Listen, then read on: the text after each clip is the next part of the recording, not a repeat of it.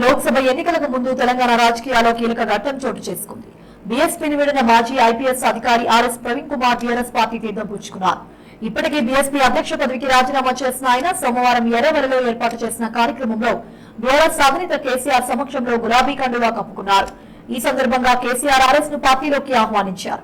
త్వరలో జరగబోయే లోక్సభ ఎన్నికల్లో బీఆర్ఎస్ తరపున నాగర్ కర్నూలు స్థానం నుంచి ప్రవీణ్ కుమార్ పోటీ చేయనున్నారు. అనంతరం ప్రవీణ్ కుమార్ మీడియాతో మాట్లాడుతూ తెలంగాణ పునర్నిర్మాణంలో భాగస్వామ్యం అయ్యేందుకు బీఆర్ఎస్ లో చేరుతున్నట్లు ప్రకటించారు. ఏదో ఆశించి తాను పార్టీలో చేరడం లేదని బేషరతుగానే బీఆర్ఎస్ లో చేరుతున్నట్లు వెల్లడించారు. 2.5 ఏళ్ల పాటు తనతో నడిచిన అందరికీ ప్రవీణ్ కుమార్ ధన్యవాదాలు తెలిపారు. తాను ప్రజాసేవ కోసం మాత్రమే బీఆర్ఎస్ పార్టీలో చేరాలి తప్ప ప్యాకేజీల కోసం కాదని స్పష్టం చేశారు. కేసీఆర్ నాయకత్వంలో పనిచేసే అవకాశం లభించినందుకు చాలా సంతోషంగా ఉందన్నారు. బహుజనవాదం, తెలంగాణ వాదం రెండూ ఒకటేనని చెప్పారు.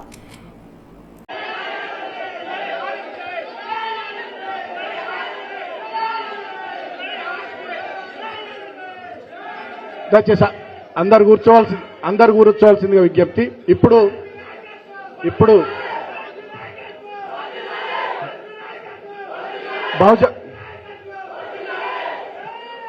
బహుజన్ సమాజ్ పార్టీకి రాజీనామా చేసి ఈరోజు జై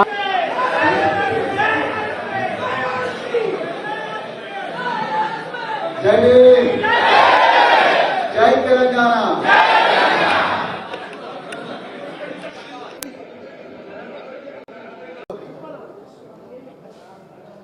తెలంగాణ ఉద్యమ నేత, భారత రాష్ట్ర సమితి వ్యవస్థాపకులు,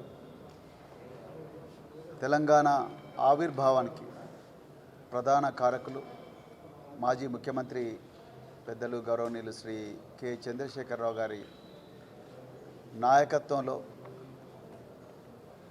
పనిచేసే అవకాశం రావడం చాలా ఆనందంగా ఉంది. మరి ఈరోజు తెలంగాణ భవన్కు నన్ను సాదరంగా ఆహ్వానించి హక్కున చేర్చుకున్న బీఆర్ఎస్ సీనియర్ నాయకులందరికీ కూడా మరొకసారి హృదయపూర్వక ధన్యవాదాలు. అదేవిధంగా మరి నన్ను నమ్మి చివరి క్షణం వరకు కూడా నాతోనే ప్రయాణం చేయడానికి నాతో వచ్చిన మిత్రులందరికీ కూడా, ఆప్తులందరికీ కూడా మరొకసారి హృదయపూర్వక ధన్యవాదాలు. మరి ఇన్ని రోజులు నన్ను హక్కున చేర్చుకొని నన్ను నిరంతరం నడిపించిన తెలంగాణ ప్రజలందరికీ కూడా హృదయపూర్వక పాదాభివందనాలు. మరి ఈరోజు ఒక ప్రత్యేకమైన పరిస్థితుల్లో నేను మరి గౌరవ మాజీ ముఖ్యమంత్రి శ్రీ కేసీఆర్ గారి ఆహ్వానం మేరకు నేను భారత రాష్ట్ర సమితిలో ఈరోజు చేరబోతున్నాను. మిత్రులారా, తెలంగాణ వాదం, బహుజనవాదం రెండూ ఒకటే. సో ప్రాణహిత నది, గోదావరి నది ఏ విధంగా అయితే కలుస్తాయో, మరి కృష్ణానది, తుంగభద్ర నది ఏ విధంగా అయితే కలుస్తాయో, ఆ విధంగా తెలంగాణ ఒకప్పుడు తెలంగాణ వాదం, బహుజనవాదం రెండు కూడా ఒకటే. మరి తెలంగాణ కూడా ఆనాడు తరతరాల అణచివేత వల్ల చితికిపోయింది. మరి ఆ తెలంగాణకు విముక్తి కల్పించింది మరి ఆనాడు ఉద్యమకారులు, మరి కేసీఆర్ గారి నాయకత్వంలో. అదేవిధంగా బహుజనవాదం కూడా తరతరాలుగా అణచివేతకు గురైన సామాజిక వర్గాలు ఈ దేశంలో మరి వీళ్ళందరికీ కూడా విముక్తి కల్పించి వాళ్ళను వెలుగువైపు మరి నడిపించింది బహుజనవాదం. ఈ రెండిట్లో కూడా అణచివేత కామన్గా ఉంది, విముక్తి అనేది ఒక లక్ష్యంగా ఉంది. మరి ఈరోజు కేసీఆర్ గారి నాయకత్వంలో తెలంగాణ మరి గత 10 సంవత్సరాలు ఒక స్వర్ణయుగాన్ని చూసింది. ఒక బలమైన తెలంగాణకు ఒక గొప్ప పునాది వేయబడ్డది. దురదృష్టవశాత్తు ఈరోజు మరి వారు అధికారంలో లేరు, కానీ ప్రజల గుండెల్లో ఇంకా కేసీఆర్ గారు ఉన్నారు. సో అయితే మరి ఈరోజు చాలామంది చాలా మాట్లాడుతున్నారు. మరి ఈరోజు ఇంతకుముందే మేము అక్కడ కూర్చొని మాట్లాడుతున్నప్పుడు చాలామంది ఇక్కడ నుంచి మరి వెళ్ళిపోతున్నారు, కానీ మీరు మాత్రం ఒక పెద్ద బలగంగా వచ్చారని చెప్పి మరి బీఆర్ఎస్ సీనియర్ నాయకులు నాతో అన్నారు. వారికి హృదయపూర్వక ధన్యవాదాలు. మరి నేను మళ్ళీ చెప్తున్నాను, బహుజనవాదం అంటే ఆశ, బహుజనవాదం అంటే మరి స్వార్థపరులు ఉండేది కాదు. బహుజనవాదం అంటే మరి నిస్వార్థపరులు, సేవ కోసం వచ్చేవాళ్ళు, మరి సంపద కోసం వచ్చేవాళ్ళు కాదు బహుజనవాదులు. సో అందుకొరకే మరి బహుజనవాదులు ఇంత విపత్కరమైన పరిస్థితుల్లో, అదేవిధంగా ఇంత కష్టమైన పరిస్థితుల్లో కూడా మరి బహుజనవాదులందరూ కూడా మరి మాజీ ముఖ్యమంత్రి కేసీఆర్ గారి వెంటనే నడవాలనుకున్నారు. మరొక్కసారి ఒక బలమైన తెలంగాణను నిర్మించే ఒక యజ్ఞంలో మరి భాగస్వాములు కావాలనుకున్నారు. అందుకొరకు ఈరోజు వాళ్ళందరూ వచ్చింది. ఏది ఆశించి రాలేదు, ఒక తెలంగాణ పునర్నిర్మాణంలో భాగస్వాములు కావాలనే వచ్చిండ్రు, అంతే తప్ప ఇంకొకటి కాదు. మరి ఇంత చక్కటి అదృష్టం, అవకాశం నాకు వచ్చినందుకు, నాకు ఇచ్చినందుకు భారత రాష్ట్ర సమితి నాయకత్వాన్ని అందరికీ కూడా హృదయపూర్వక ధన్యవాదాలు తెలుపుతూ నేను మళ్ళొక్కసారి చెప్తున్నా, మరి తెలంగాణ ప్రజలందరికీ, మరి ముఖ్యంగా నాతో ఈ 2.5-3 సంవత్సరాలు నాతో కలిసి నడిచిన బహుజనులందరికీ కూడా చెప్తున్నా, నా గుండెల్లో బహుజనవాదం ఉన్నది, నా గుండెల్లో మరి మహనీయుల త్యాగాలు ఉన్నాయి, నా గుండెల్లో తెలంగాణ అమరవీరుల త్యాగాల సారాంశం ఉన్నది. నేను ఎక్కడ ఉన్నా కూడా, ఏ వేదిక మీద ఉన్నా కూడా ఆ సారాంశాన్ని వాళ్ళు చూపించిన దిశ వైపే నడుస్తాను తప్ప ఇంకో దిశ వైపు కాదు. నా లోపల ఎలాంటి స్వార్థం లేదు. దయచేసి నన్ను అర్థం చేసుకోండి.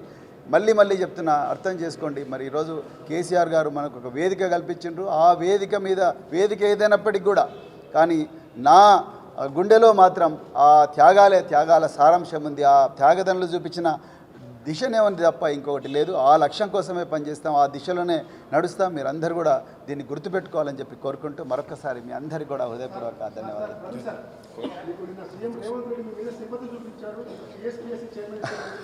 పాలమూరు బిడ్డ అని ప్రతి సభలో చెప్పుకుంటున్న రేవంత్ రెడ్డి గారు, నేను కూడా పాలమూరు బిడ్డనే.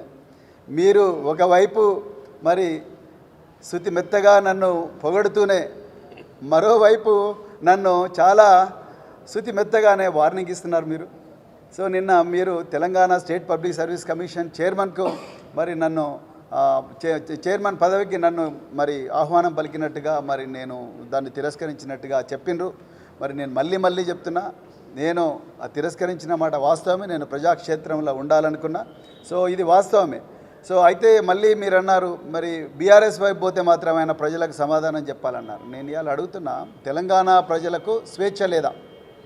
ఏ వేదిక మీద పనిచేయాలి, ఏ ప్లాట్ఫామ్ మీద పనిచేయాలన్న స్వేచ్ఛ తెలంగాణ ప్రజలకు లేదా?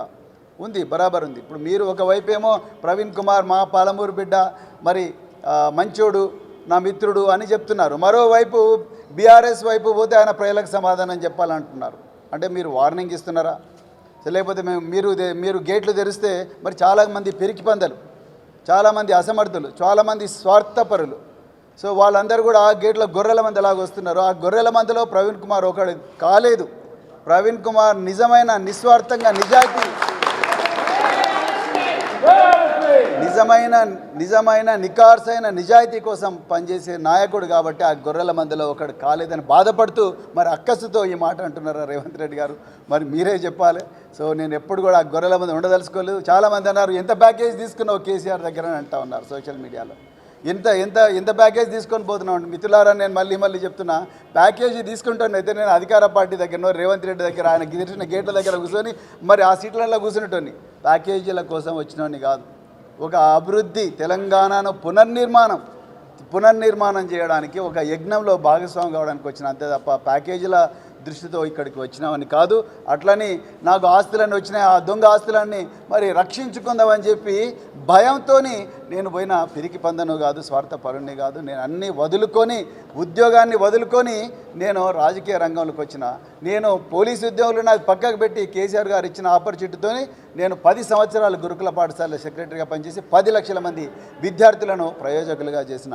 నాకు పైసలు అవసరం లేదు, అలా ప్రజాసేవనే ముఖ్యమని చెప్పి ఇక్కడికి వచ్చిన. అందుకొరకు రేవంత్ రెడ్డి గారు దయచేసి మీరు మరి మీ దారిన రాని వాళ్ళను బెదిరించడం దయచేసి మానుకోండి. నేను కూడా పాలమూరు బిడ్డనే.